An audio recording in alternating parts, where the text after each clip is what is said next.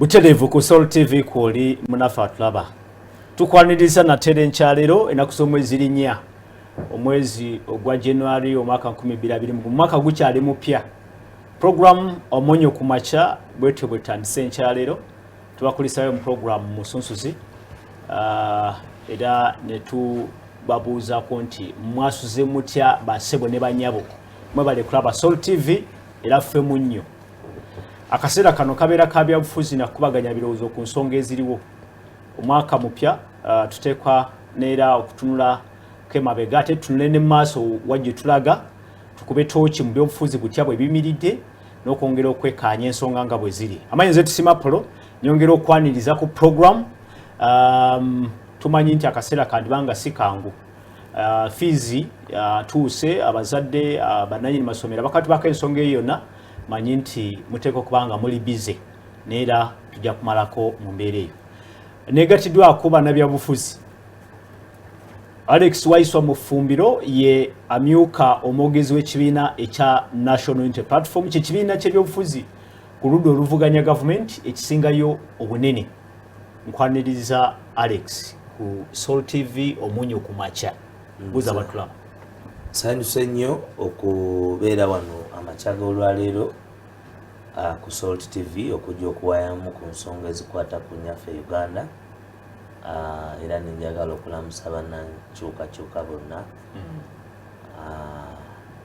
ab'amaanyi g'abantu nti bingi ebisoomoozebwa naye guno omwaka omupya twasazeewo nti kebeere resolution yaffe okwongera okuggumiza n'okwongera eddoboozi mu kutakabanira ensigo eya demokulasiya n'okuwa eddembe mu ggwanga lino abantu bubuntu kubanga akakundi akatukulembera kukasalawo nti kagenda kumenya amateeka gonna agakolebwa mu ggwanga Uganda olw'okuba abantu ab'olubatu bakyalowooza nti eggwanga liri mu Epstone Age. Kyamawulire ga nnaku nnyo nti waliwo omwana omuvubuka omuto gwe bayita Kakwenza gwe bakubye ennyo afuka musaayi ava amasira mu bituli eby'omu matu asesema musaayi. Ndabye wano ne ku top y'amawulire nga y'ensonga y'emu naye nga yakwatibwa ku lwa mutabani w'omukulembeze w'eggwanga nga y'ate gwe tusasula ng'era omuduumizi w'amagye ag'okuttaka mu ggwanga Uganda, ne bamutwala mu biyumba gye batulugunyiza abantu. Kyendowooza nti ekyo ekintu buli bwe kikolebwa ku bannansi nga kikolebwa mu kujooga obuntu bulamu, kubanga ne mu busibe singa muba muli mu lutalo real fighting naye ne wabeerawo omuntu nga bamufunye nga bamukutte, the prisoner of war, amateeka gaba n'ebyo bye gaba gamukugira obutakolebwako. Naye ate wano mu nnyaffe eggwanga Uganda olw'okuba tuli mu buwambe abantu babakwata munnange, abamu ne babakuba obulenge, abalala ne babalaawa, abalala ne babakozesa mu makomera gye basula ng'abakyala. Nali mu kalulu ak'omwaka oguyise mukyala Zedriga bwe bamukwata ng'ali ku level ya mukyala Zedriga, Vice Deputy President wa Northern Uganda wa National Unity Platform, yali mukyala mulamuzi naye bamukwata ne bamusuula mu kagulike kamu n'abasajja. So effujjo eryo litukoleddwako nga teryongera n'okukolebwa ku bannayuganda. Simanyi lwaki ate linyinyiitira nnyo nga lituuse mu Buganda ne mu Busoga ng'abakuuma ddembe, kubanga ne baba banonayo Musiraamu bamunonayo mu nkola ey'okumalawo ensa gyasobola okubeera naye. So njagala okusooka okuvumirira General Muhoozi Kainerugaba nti omuze ogwo goguddewo okutulugunya bannansi olw'okuba olina amaanyi g'omudumu gw'emmundu kyali muto nnyo, you are like 50 years of age, and bino ebintu tebikyalinga bulijjo tibya lubalaato, you will have to pay for those crimes. Ffe tuli bagumu era tuli bavumu nti tujja ne tubibagamba nga bwe bifaanana kubanga era ge maloboozi ga bannayuganda be tujja wano okukiikirira n'okwogerera. Kale ne bwe kitabo ekyo bwana Waiswa tulina etteeka wano erigaana ebikolwa ebyokutulugunya omuntu wabanga ne babeera nga alina omusango Anti-Torture Act weeri ne General Museveni ennaku bwe yabadde ayogera mu kuggalawo omwaka yagambye nti abasirikale baabwe bagufudde mugano ogw'okukuba abantu n'okubatulugunya era n'agamba nti agenda kusaba ebitongole ebyenjawulo ebivunaanyizibwako ku publishinga guidelines. Naye kyabwewusa nti ye avaayo n'ategeeza eggwanga lyonna nti agenda kubanga ekyo kyateeka mu nkola, naye ng'ate mutabani we gwazaalira ddala ow'omuntumbweze ate ye yakulembedde mu kukozesa emmundu okutulugunya bannansi. Kale tubivumirira ebikolwa ebyo byokutulugunya abantu. Twaniriza era Engineer Ian Kyaine muna NRM ate nga yali mukulembeze ebifo ebyenjawulo, yaliko RDC mu bitundu ebyenjawulo, yaliko ssentebe wa district ennene eya Wakiso. Sebo Engineer nsanyusa okukulaba. Nange bwentyo Sebo. Mbuuza batula. Njagala okulamusa ku bannayuganda. Nkimanyi nti muli eyo mulaba program zino ate n'okusaba Katonda nti okuggulawo kw'eggwanga kutugase. Naddala mu kiseera kino nga bannayuganda babadde beeraliikirira olw'abaana baabwe bangi ababadde bafuuse ekyokweraliikirira. Mumanyi bannayuganda bangi tumaze kumpi emyaka 2 ng'abaana tebasoma. Ate abaana ly'eggwanga ery'enkya. So bwe tuba nga twafunye okuggulibwawo kw'amasomero, tusabe Katonda walimu okubaawo ekintu kyonna ate ekigaggazaawo.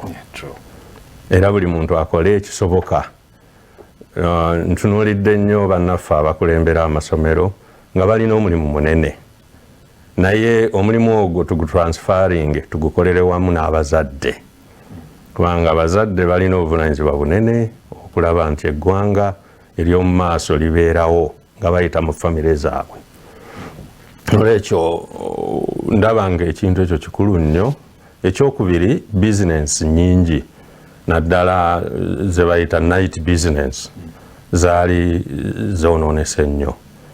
So ndowooza nti abantu bagenda kutwala ebbanga ddene okwerwanako okulaba nga bizinensi zaabwe zikomawo. Wadde boogera ku bannaffe ab'amabaala, nze ebbaala zannema nga ndi muto n'okutuusa kati nkyanoonya oba ono omuto wange Waiswa ananjigiriza sitandabikira nnyo kubanga azimanyi, naye bw'anaaba azimanyi tunaanyumyamu nga tuvudde wano. N'olwekyo night business eyo yonna nga bweri njiraba bulabye ng'abantu baffe ndaba badigida basanyuka bidongo bikuba eri. I think somewhere yo nga government efunamu kubanga abantu bawa emisolo mu bintu bye bakozesa, naye ate n'abantu baffe aba bulijjo nabo bafunamu abo abaasalawo okukola mu ssaawa ezo. N'olwekyo buli lwe tulaba nga ebyo biguddwawo tulaba future oba ebiseera eby'omu maaso. Manyi teri kirumanga bwavu. Ennaku eyinza okukuluma buli kimu naye obwavu bukulumya buli kimu. Obuliri bwe weebaka ko bufa. Abaana b'okusoma olomba bulombi oluusi ne batasoma. Gwe kennyini okutambula, amasuuti gano golaba ge twambala n'ebirala eby'ebbeeyi bye tukozesa, byonna bwavu bwe buba bukuyingiridde tolina w'otandikira. N'olwekyo bwe tuba nga economy eggulawo, nze ndowooza ekyo kirina direction, naye ate ezze ne caution. Bw'otunuulira numbers ezirinnya zikulaga nti tetuguddeewo olw'okubanga ebintu byonna biri bulungi. Kitegeeza abantu baffe balina okusigala nga bali ku SOPs, standard operating procedures. Kyova olaba kati mu ababiri buli omu ali wala kuva ku munne, naye ate nze abali wakati mbalinaanye erudda n'erudda.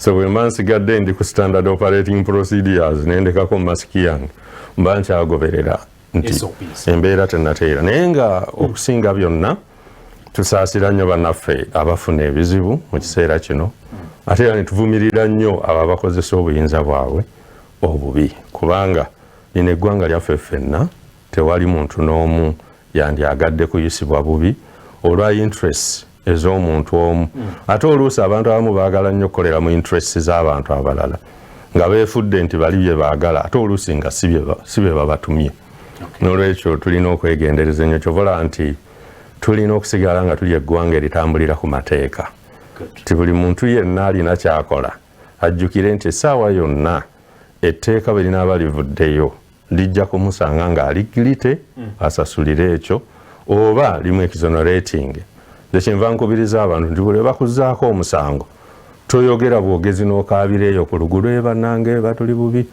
genda mu mateeka genda ku poliisi n'obujulizi bwo ti ono yennyini ono gwe mulaba ye yakoze kino obujulizi bugibweyo ku nkomerero those people will be put to book. Kale kirungi nti bakulu ababiri mukanyiza obuliawo ku nsonga bwana Waiswa gyaleseyo okutulugunya naye tugende mu byabufuzi butereevu munaye nabyo byabufuzi ebyokutulugunya kubanga atulugunya ali appointed by a person elected. Yeah. Kale tugende ku nsonga nga bwe twawumbako mwaka 2021 ebyobufuzi awo era ndoza kyekijjo tuwe ekifaananyi butya bwe tugenda okutambuza ebyobufuzi mu 2022. Katono nnyo bwana Waiswa mu bubaka bwa president w'ekibiina ekya National Unity Platform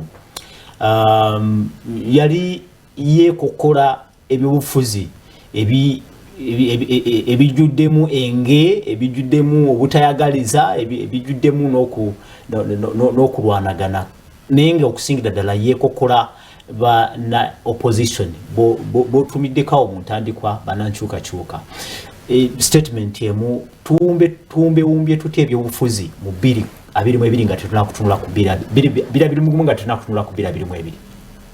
President w'abantu omwagalwa Robert Kyagulanyi Ssentamu Ngobi manyi erinnya lya Ngobi liri waffe ozaalibwa mu Mbejja ne buli lwojja wano erinnya eryo ofuba nnyo olijjeyo ekulu nnyo kaakati obubaka bwe bwali bureflecting omwaka 2021 era gwoyinza okuba nga wakwatamu ekyo naye kyali ekikulu mu highlight y'obubaka bwe nti kyekuba nti yalondebwa kuwa president wa Uganda mu 2021 n'obutundutundu 54 n'obutundu 9 ku buli 10 weewaawo era n'ataanya nti si lugendo lumpi kuba ffenna twaluyitamu nga tululaba ejjoogo n'effujjo eryakolebwa ku bannansi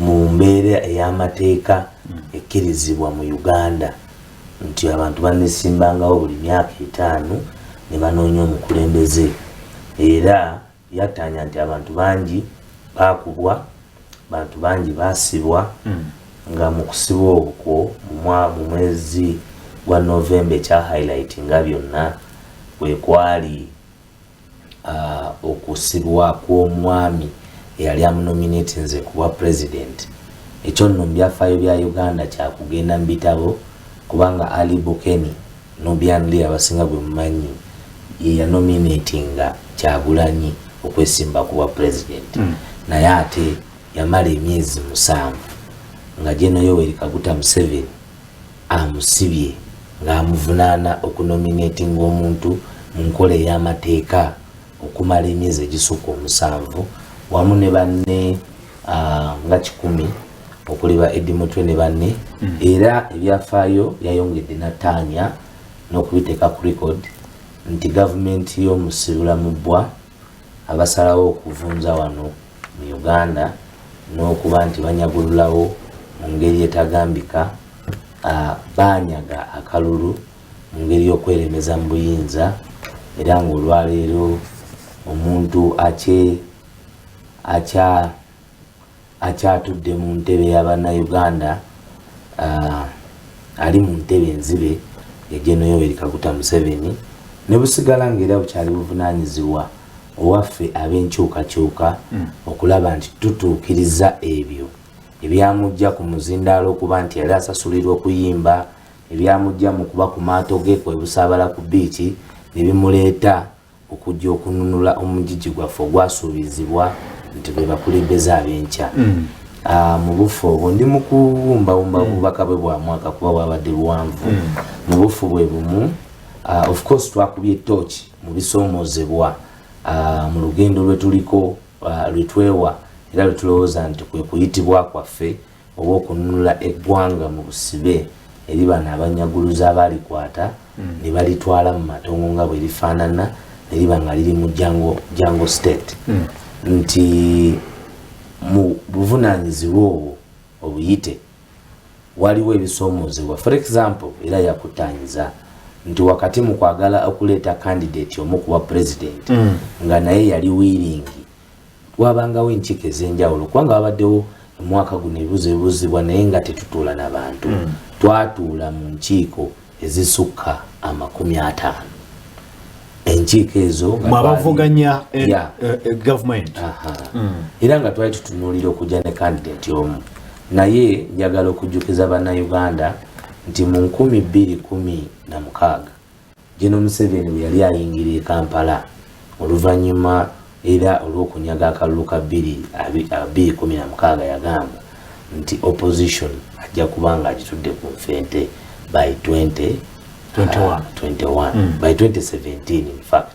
Naye Katonda nga bw'omanyi ebyamagero tebigwayo, twali tuli awo n'atuleetera omwagala w'abangi eyali mu bizinesi endala ate n'amukwasa obuvunaanyizibwa bw'okununula eggwanga kyetulowooza nti tutambuzaako olugendo olw'amaanyi.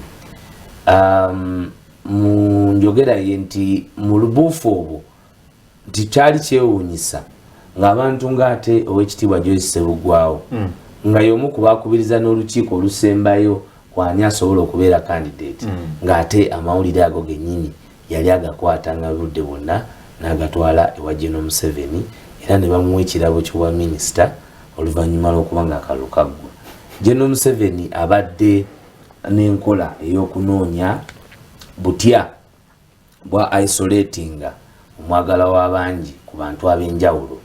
Ku bayimbi zaali ssente ng'abamu babagulirira babawa omutitimbe gw'essente, abamu babasiba, abamu omanyi bulungi nnyo nti mu lugendo olwo Novemba 19, 18 twafiirwa abantu 54 aboogerwa gavumenti.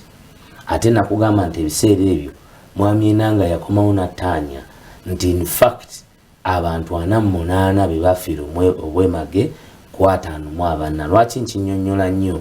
Kubanga mu kusooka General Yoweri Kaguta Museveni bwe yali ayogera ne bannamawulire aba BBC ya taking ownership of 21 lives. Naye Mukama nga bw'akola ebyamagero nti twayitawo ebbanga ttono nnyo ate ne tukomawo ne tutaanyizibwa Uganda Police nti actual abafiira omwemage baali 48 wadde ffe mu National Unity Platform tukakasa nti ennaku z'omwezi 18-19 abantu abaatulugunyizibwa abattibwa mu nkola y'ekitemu nga bakulibwa akabondo akaali ak'omugenzi General Kech okuva e Somalia nti batta abantu abasukka 10 mu bubaka bwe. Era of course okubuyigirize okusoma nti Uganda yokka katono nnyo nga tetuna kutuuka yeeyo. Bwana Waisububaka bwa Mwami Kyagulanyi wenyini w'okutte wenyini Robert Sentamu Kyagulanyi president owa NUP yagamba nti akooye akisirikidde ebbanga ddene ekyaba opposition okubeera nga basojja balwanyisiza NUP okuva ku ntandikwa ng'ewandiisibwa paka n'okutuuka olunaku olwaleero. Ndowooza yali statement nkulu. Teyagamba nti akooye, yagamba nti nsirikidde ebbanga ddene naye ku mulundi guno nsazeewo nkyogere nsi ekitegeere. Anti abatagambye nti akooye agamba nti yagamba nti ng'abakulembeze wabaawo by'otayogera. N'agamba naye because nina accountability because we are people power. Kyendowooza nti kikulu nnyo Bwana Waiswa. every leader must have accountability exactly to the people. Abantu balina okumanya olugendo lw'otambula ku lwabwe kubanga gwe omukulembeze despite nti oba owaleddwa amaanyi ag'abantu okutambuza torch naye abantu beetaaga accountability butya bw'oba otambudde olugendo. Mu lugendo olwo mubaddemu bingi bye tukola covertly ne mulumiriza FDC papa specifically yali vice president owekitiibwa kati minister Joyce Nabusa Sebugwawo nti yasomolanga ebyama ne FDC yabalyanga mu olukwe munange tetwagamba nti FDC yagambye nti ekyennaku nti abakulembeze abamu abo betwasisinkananga ate ebyavanga mu lukiiko babitwalanga ewa General Museveni. Naye ffe era nga bw'omanyi ffe twamanyanga we tukoma era twamanyanga enkiiko ezikoma kyova olaba era ng'ennaku z'omwezi 14 bannayuganda era bo baali beegatta dda era baasalawo ne balonda Robert Kyagulanyi Ssentamu nga pulezidenti waabwe wa Uganda. Kale mu statement emu yokka bwana Waiswa ndowooza ekyo kirungi nti kivuddeyo kitegerekese. Olaba ki wano mu maaso kuba ebyo byonna bibadde ebbanga lyonna muze mwerumaaluma mu opposition mulwanagana wawe bituuse wenyini kati Apollo nakugaana okugamba nti mwerumaaluma mu opposition nakugamba oliwo wano waliwo ataliwo opposition anti era naye bw'omudissecting ennyo ajja kuwulira ebibyo ebimuluma mu mutima kale mudakiika emuwumbawumba kyenjagala nze okukugamba ebintu ebyo bikyaliwo bigwawo njagala otegere Apollo sukaali kati agula siringi 37,000 amafuta gagula 4,700 ofunye bulungi Apollo sabuni yagenze ku 10,000 meka 15,000 omuti gwa sabuni omuti gwa sabuni okay oyogere otegeza kakati njagala otegere nti ebinyigiriza bannayuganda ebitunyigiriza bye bimu era njagala otegere nti ensonga eno eva ku bukulembeze omusolo batya bwe bagubala onfunye bulungi tukyali ku kiri ati nkubuulira tewaliiwo nsonga lwaki tuliku twayawulamu bannayuganda abanyigirizibwa n'abanyigiriza kati ensonga y'ensonga abantu okunyigirizibwa kasita ogyambala tosobola kugiweereza muntu mulala kugikulwanirako. It is everybody's social responsibility bw'oba owulira nga you are oppressed to find all ways of having our nation liberated n'okwegatta kw'obukoko okuyitibwa okwokununula eggwanga lyaffe nkugambye okuva mu baana baki abanyuguluzi nupu ebadde erwanyisibwa owedda n'owedda nupu kyekibiina nupu erwanyisibwayo bulijjo nupu erwanyisiddwa mu kutondebwawo omanyi bulungi nnyo nti batwala $1 million 5 tewajjukira sitore y'omukooti eyakibalama nga kyakulembera omuntu yali adumira amagye ga Uganda kati minister wa internal affairs $5 million kulwanisa nupu nga bagirwanyisa ba opposition andi ku government kati nkulaga wenwanisa nti bamagye komanda atwala amagye ga Uganda ng'obuvunanyizibwa bwe kumalawo nupu mubalwanyisa nupu honorable Robert Ssentamu Kyagulanyi teyayogera ku NRM yayogera ku opposition forces the existence njagala otegere from today nga zirwanyisa the formation of nupu was to fight Museveni nenga ate muyina ababalwanyisa mu opposition ku lugendo olwo tulina okulwanyisibwa buli omu kuba nkugambye nti enteekateeka ya General Museveni kwe kwaisolatinga bannankyukakyuka bannayuganda bwe bakolerako consensus ffe b'oyogerako tubaddewo omwaka gumu but we have reached a milestone tusobodde okufuna president twasobola okufuna abaka ba parliament wakati mu kunyugirizibwa n'okutemulwa twasobola okufuna aba leaders on all levels ate tukakasa nti we are on the nkugambye nti 2021 nga bwe yaguwumbye yabadde akukubira ttooki mu butya bwe tutambudde wakati mu buvunaanyizibwa n'okuyitibwa okw'okuggyako n'okumamulako General Yoweri Kaguta Museveni. Kale tweyaza nnyo tweyanzege engineer ndowooza ojja okutandikira wennyini naawe nja kusaba nti bw'obanga oyanukula oli sinziira ku bubaka bwa Yoweri Museveni president his excellency obuwumbawumba omwaka 2021 president yayogera ku comedy ali mu byobufuzi bya Uganda ngasinzira kalulu ke Kayunga President Museveni yagamba nti aba NUP okusingira ddala be yayogerako nti bayitiriza comedy yayogera ku kigambo comedy ngagamba nti kyewuunyisa okuveyo ne batandika okulumiriza NRM nti yabba akalulu tunulire entebe ze yawangula NRM ku ntebe 8 kuba ku bifevuganyizibwa ko 827 NRM yawangula ebitundu 82 ku 10 NUP yawangula 2%, FDC ne wangula 2%. Nabuuza nti kijja kityo kuba nti mwesiba ku Kayunga yachogera emirundi 3 mu speech mu statement ye. Nti lwaki Kayunga kubanga mbubali aba NUP bagezako okuteekawo entiisa bazikize oba batise abawagizi yayogedde abawagizi enkuyanja abali aba NRM byebyavuye Kayunga kati tandikirawo ng'oyanukula n'omwami. Nze njagala kwebaza abantu abavuddeyo okozesa constitutional rights zaabwe okutondawo ekibiina era okuba n'endowooza ey'enjawulo ekyo kyasalibwawo dda Uganda. Mujjukira nti mu 86 abannaffe bwe bajja wano bajjira mu mbeera ey'olutalo era obuyinza ne babukwata ng'abazze mu lutalo. Naye oluvannyuma lw'emyaka 9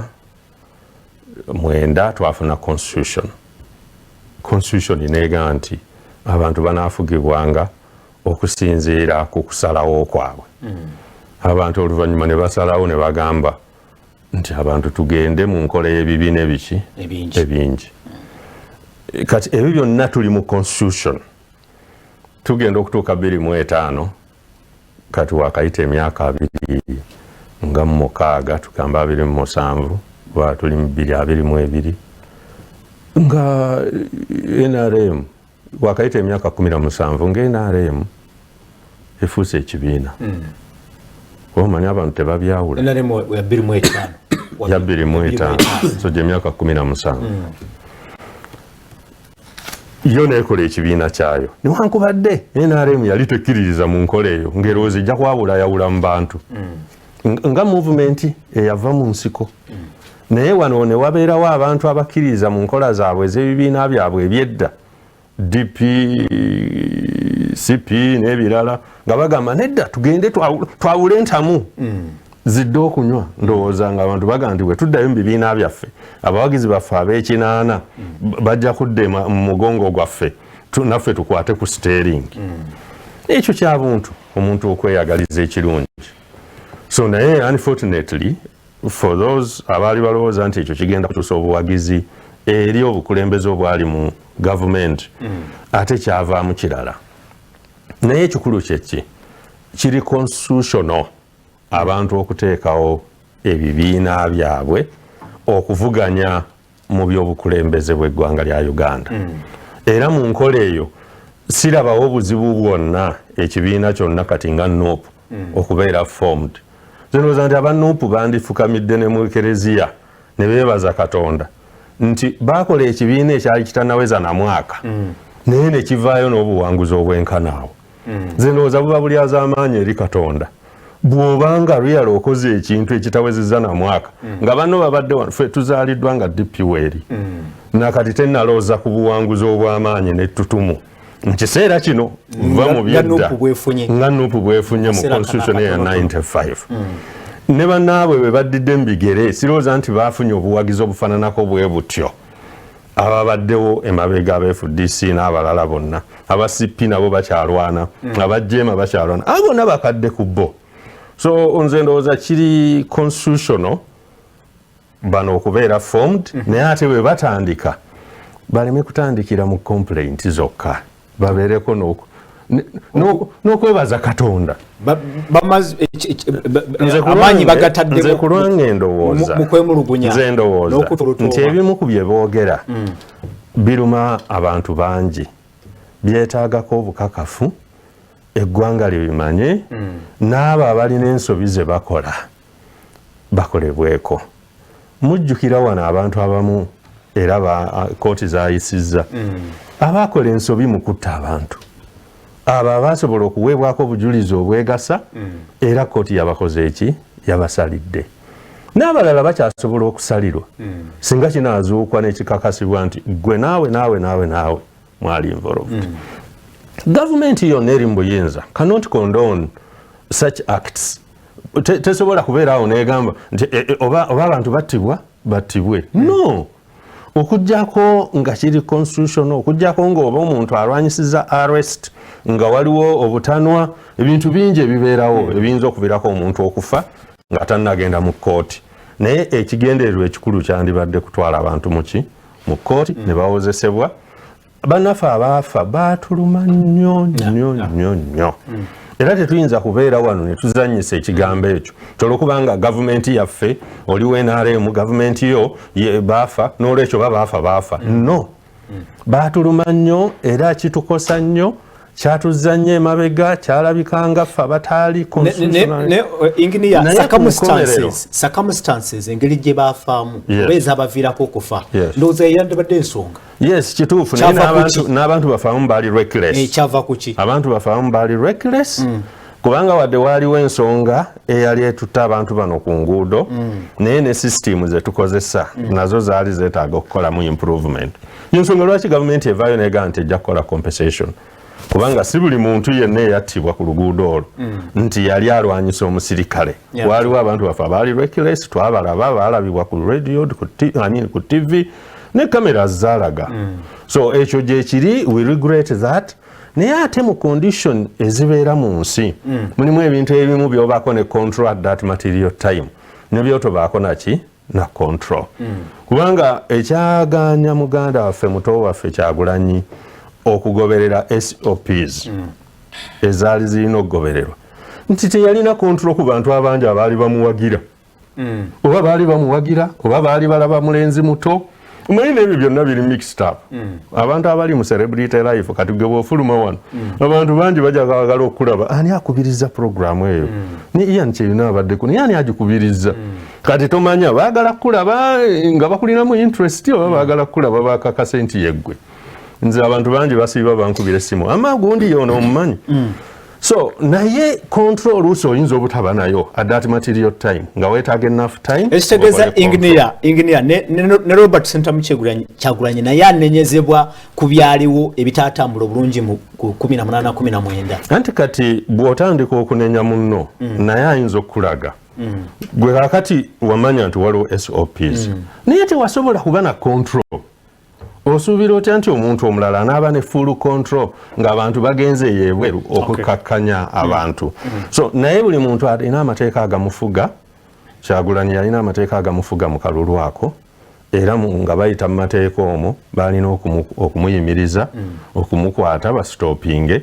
Unfortunately ne bano abaasindikibwa okukakkanya obujagalalo nabo balina amateeka agabafuga naye unfortunately abamu baayitawo we baali balina okukoma ne tufiira obulamu bw'abantu. Fast forward ku Kyekayunga president ng'agamba nti NRM yalina massive support, NUP neteekawo embeera ey'okwagala okuleeta entiisa mu bantu era ekyavuddemu kyekyokuba nti NRM kati evumirirwa era efuuse ensonga bagiga nti obubbi yabba akalulu ke Kayunga president kyatakkaanya nakyo. Naye omanyi bannayuganda tulina okweyongera maaso n'okuyiga ebyobufuzi bino bye twogerako. Omanyi omuntu ayinza okukola kye tuyita okuwubisa gwe amaanyi go gonna n'ogateeka wano n'ofiirwa kiri. Bano bannabyabufuzi bali ludda wa abatasobola kontrolinga bitundu biri olusanvu 9 ne babeera nga amaanyi bagatadde ku kifo kimu. Kyekayunga kya bulijjo nti bw'obanga oli mulenzi muto ng'amaanyi go gonna ogatadde ku muwala omu bwe bamukutwalako oyogera byonna ebisoboka. Kakali ono omuwala yafuuka kirwanire buli muntu yenna n'amulwanira. And indeed toweewuunya NRM bw'eba esazeewo okulwanira ekifo ky'Ekayunga erina ensonga. Kubanga ekyamazima wano mu region eno mu kitundu kino NRM yakosebwa nnyo. kati buli wabeerawo omukisa okuzza ekimu ku ebyo bye yakosebwa toginenya bw'ejjayo naago omubuto naye okola n'ekitaliiwo unfortunately ebyo bye nagambye nti bw'obanga olina ensonga gye walaba ng'ogirinako obujulizi n'obukakafu kooti weeziri kirungi nti bagenda yes ate bwe banaagenda bajja kuggyayo obujulizi obw'enkukunala kooti nazo zijja kusala maki mazima kubanga ekyomukisa omulungi olwaleero ebintu ebimu bye twogerako tebisoose kati kizze kibeerawo ono n'awangula akalulu nga WNRM enkeera ne bamuggyayo nga bayita mu bujulizi obw'enkukunala n'olwekyo kino si kipya bannayuganda nze kyendowooza batuuse babaga nti ekyo tekyasoboka n'okusoboka no ekyo kibeera ni fair lwa nsonga abantu bangi aba NUP abatwalibwa mu kkooti ku kalulu kano nga bali mu parliament naye baawangudde emisango gyabwe nga n'omwogezi ono gwa deputizing y'omu ku bo yawangudde era ku nkomerero ya byonna atudde mu parliament alamula ye mukulu w'akakiiko ka Kosase very important committee nze naakagifeesinga emirundi egiwera engeri gye mbadde ku boards so ngimanyi naye kitegeeza ki kitegeeza nti ne baano basobola okukozesa emikutu egyo kubanga ebintu bino ebyokwogera oluusi biteeka abantu ne bibikubamu omuliro nga balowooza nti ddala waliwo ekyamaanyi ennyo nze nzikiriza nti chairman wa district mukulu nnyo kubanga ekifo nkimanyi nakizannya era mmanyi papasi yaakyo kyovola nze si papa genda mu parliament era si kyekintu kye nali ndowoozezaako nze sinatuuka ku myaka gye sijja kwogerera wano bikambwe naye nze njagala kukola so bw'oba chairman wa district ate Kayunga oyo mulinako history muwanvu baalina omuganda waffe engineer ye Mulondo naye yafuna eyo obuzibu ne bamala emyaka 5 nga balina speaker nga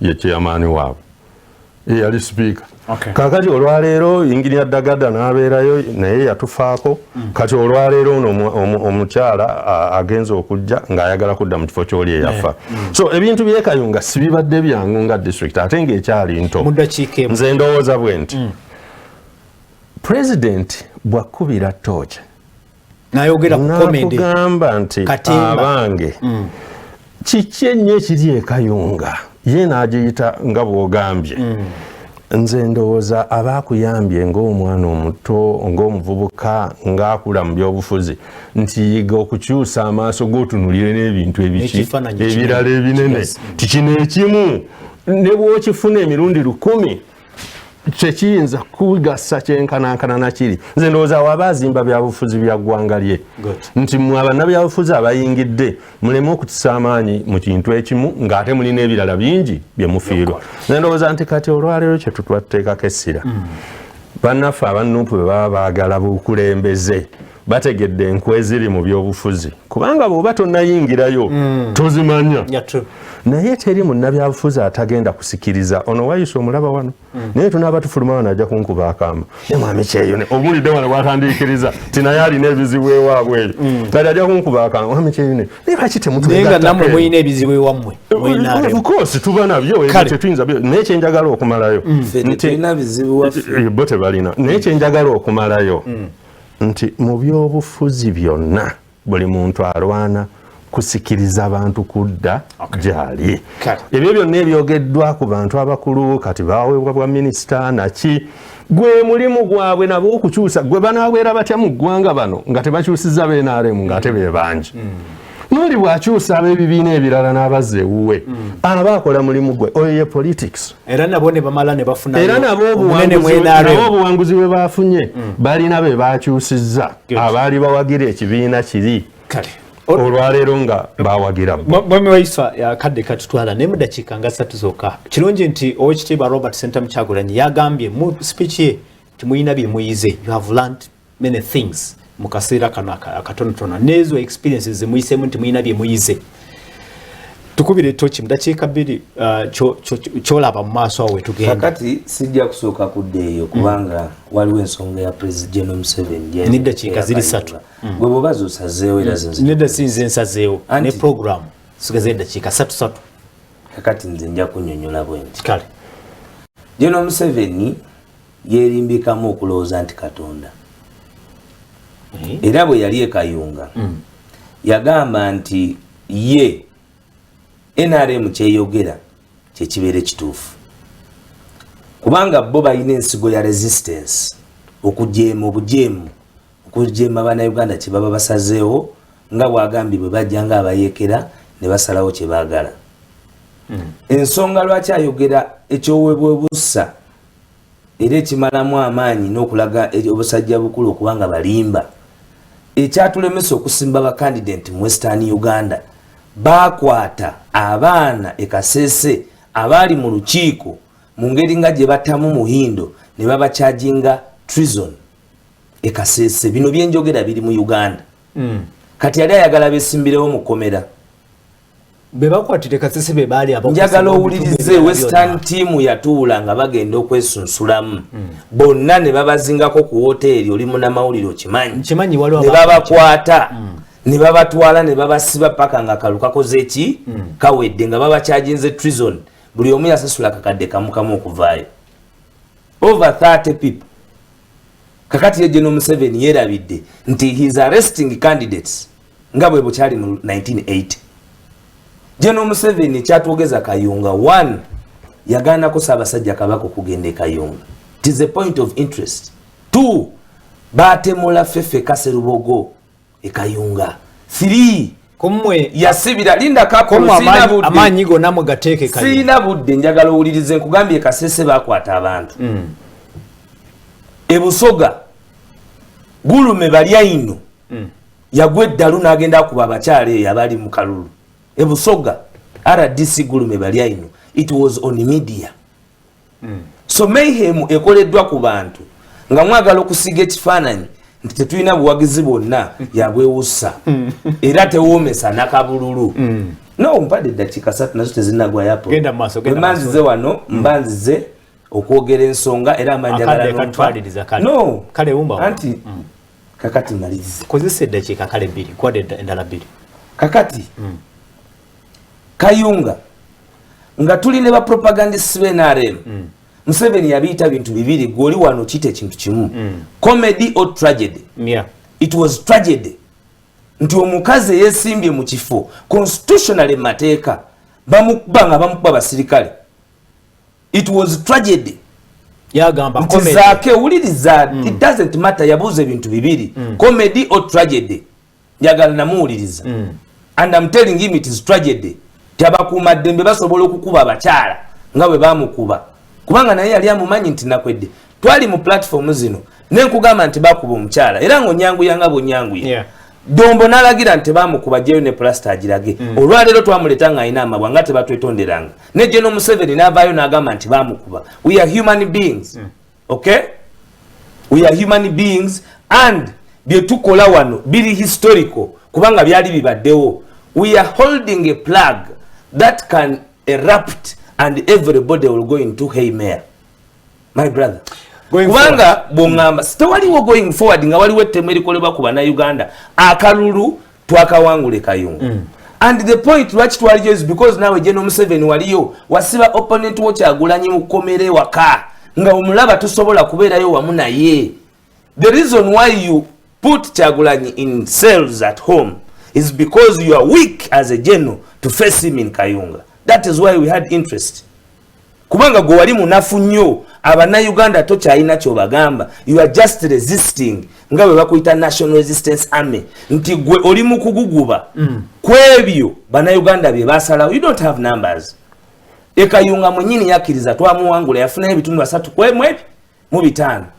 Gwe tekikwewuunyisa nti abakola ejjogo lye Kayunga byabakama kyobutungi golowooza nti tis rocket science for kumanya kiri mu ggwanga nti waliwo okuvunza n'okukyaya wano ku bice birina okubeera ebyobuvunaanyizibwa mu byobukulembeze. Ekayunga is a sign of what happened in November. Ekyokubiri tetusobola ffe kuyiga, okay, era tetusobola kusanyuka nga tusanyuka at a cost of people being murdered nga mmwe kyabatwala mu nsiko gwe wafuna akalwaka. You talk about Kayunga go okugenda mu nsiko. It is not even you General Museveni who has voted. it was Crispus Kiyonga and suspiciously so kubanga gwe wali otegeka akalungu oli mujasi ate wa Kiyonga muhindo bate mulamu temule ngabe wakwata abantu bekasese so omuntu okuvaayo nga president alina intelligence enfunga bowulira nti Kyagulanyi yali avuga tinga greda oyo noba ngokyamuwuliriza gwe nawe okkiriza nti osobola okuwuliriza a whole head of state kubanga bw'aba ayogera si ffeffe Uganda balowooza nti bakolerako circus ffe tumulaba the entire world is watching novaayo nolimba eggwanga nti Kyagulanyi talina permit evuga greda kyendowooza nti security agencies zandibadde zisobola okutukola at least obulungi ne bamubulira ekituufu bw'oba olina oyo ng'omukulembeze w'eggwanga mwami Apollo teweekubira nnyo ku sayidi ye kubanga gw'obanga akutte obwesige n'obuteeka mu jjajjaawo nti yaba akusikira engineer akadde katwaliriza eddakiika ziri 2 n'ekitundu wumba gye tulaga olaba ki nga omusajja omukulu omusajja abadde mu byobufuzi owulidde erudde eno n'ewamwe nayo si birungi tuli mu byabufuzi sendowooza nti ebintu bibiri tuteekwa okubyawula tuteekwa okwawula personal sentiments ebyo ebituluma ne bitukosa nnyo ne tubyawula ku nkola z'ebyobufuzi mu nsi yonna ebyobufuzi mu nsi yonna tebinnabaako muntu ali mu opposition ng'alina ekyamaanyi kyalaba mu abo abali mu buyinza ekyo kyo kiri common era sijja wano nembeera mesmerized bwe mpulira ebigambo ebyebusagwa n'ebyamaanyi ebyogerwa it's unfortunate nti situation ezimu ezoogerebwako tetunnafuna bukakafu busembayo kubanga nga bwogambye bannaffe balina ogenda mu kooti zibadde nyingi incidents yes incidents zibadde nyingi but unfortunately ezo ezerabiddwako era ezitegeereddwako zisobodde okusolvingibwa either amicably abantu beetonze n'abakoze ensobi abamu bakoze eki baweereddwa ebibonerezo nze pointi yange eri bwetu bwe tuba tunaagenda mu maaso tukkirize nti tuli mu mazzi agalimu ebintu bye tutamanyi wansi eyo crocodiles n'ebirala bwe tuba tuwuga buli muntu awuge ng'alwana okulaba nti asevinga obulamu bwe bannaffe bano newankubadde bagezaako nnyo okulaba nti eggwanga lino balitwala bo gye baagala litunule naye ate bateekwa okumanya nti right now bannayuganda balina ebintu kati bye baagala bigende mu maaso obulamu bw'abantu kati buli mu matigga naddala oluvannyuma lw'emyaka 2 ng'abantu tebalina kye bakola so bateekwa okuweebwa akaseera beeteeketeeke obulamu bwabwe bukomewo babuwulirire bagambe obulamu bwabwe bukomewo abantu basobole okuba nti baddamu bafune amaanyi oba oliawo banaafuna embavu ezitunulira ebyobufuzi mu ngeri ey'omulembe okusinga kati bwe bikola ki bwe bifaanana obulumi obuli ku mitima gy'abantu basobola okubumalawo nga bo bennyini beewaddeyo okulaba nti eggwanga lino ligenda mu maaso nga balikolera ebyo ebinaaliyamba naddala nga bakendeeza ku bulumbaganyi bwe balina mpulira ebigambo ebyogerebwa ebimu biyitana mu nnyimba balesemu obukambwe ng'ebyo tebigenda kuzimba bannayuganda bye baagala okutegekera ebiseera by'omu maaso basiga bukyayi nze ndowooza nti bo bajje n'enkola ey'enjawuloko bwe balaba ng'ono ye yasiga bukyayi ate bo basige essuubi mu bannayuganda kubanga kati ekigendererwa kyaffe kati mu biseera bino naddala oluvannyuma lw'emyaka 2 be bantu buli omu okuddamu okwezimba mu maka ge economically mu byawulidde twogera ku byamaani okuddayo ku masomero abantu banoonya bitabo exercise books n'ebirala ebintu ebiri bwe bityo kati omukulembeze ow'omu maaso ajja ebyo byalina okutunuulira then politics tayinza kubulamu along the way naye ng'abantu bamaze okutebenka ekigambo ekisembayo engineer Sibu nze nsaba bannayuganda ffenna twegattire wamu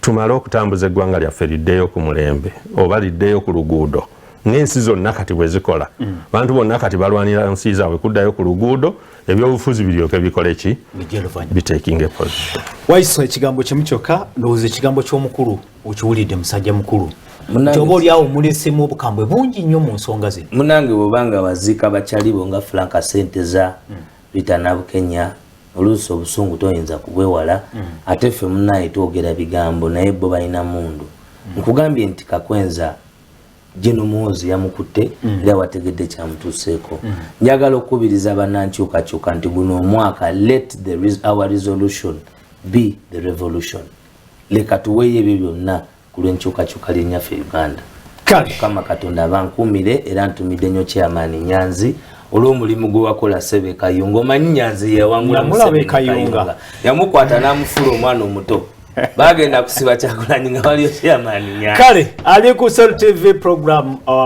munyo ku macha ekyaleero bwetu bwetambudde. Tukwebaza okuba nti otambudde naffe ebbanga lino lyonna. Tujja kudda olunaku lw'enkya twebaza abagenyi baffe. Bwana Waiswa Mufumbire webale. Neyanziza nnyo era nsanyusa nnyo okunkyaza ne Ian Kyerinono. Engineer Ian Kyerine webale. Nange nsanyuse olwaleero ntandise okutegeera omulimu omunene gwe nnina okukola ku muvubuka ono. Abatulaba mwena mwebale nze ndi lwazi. Katudde olw'enkya musibe bulungi mweraba.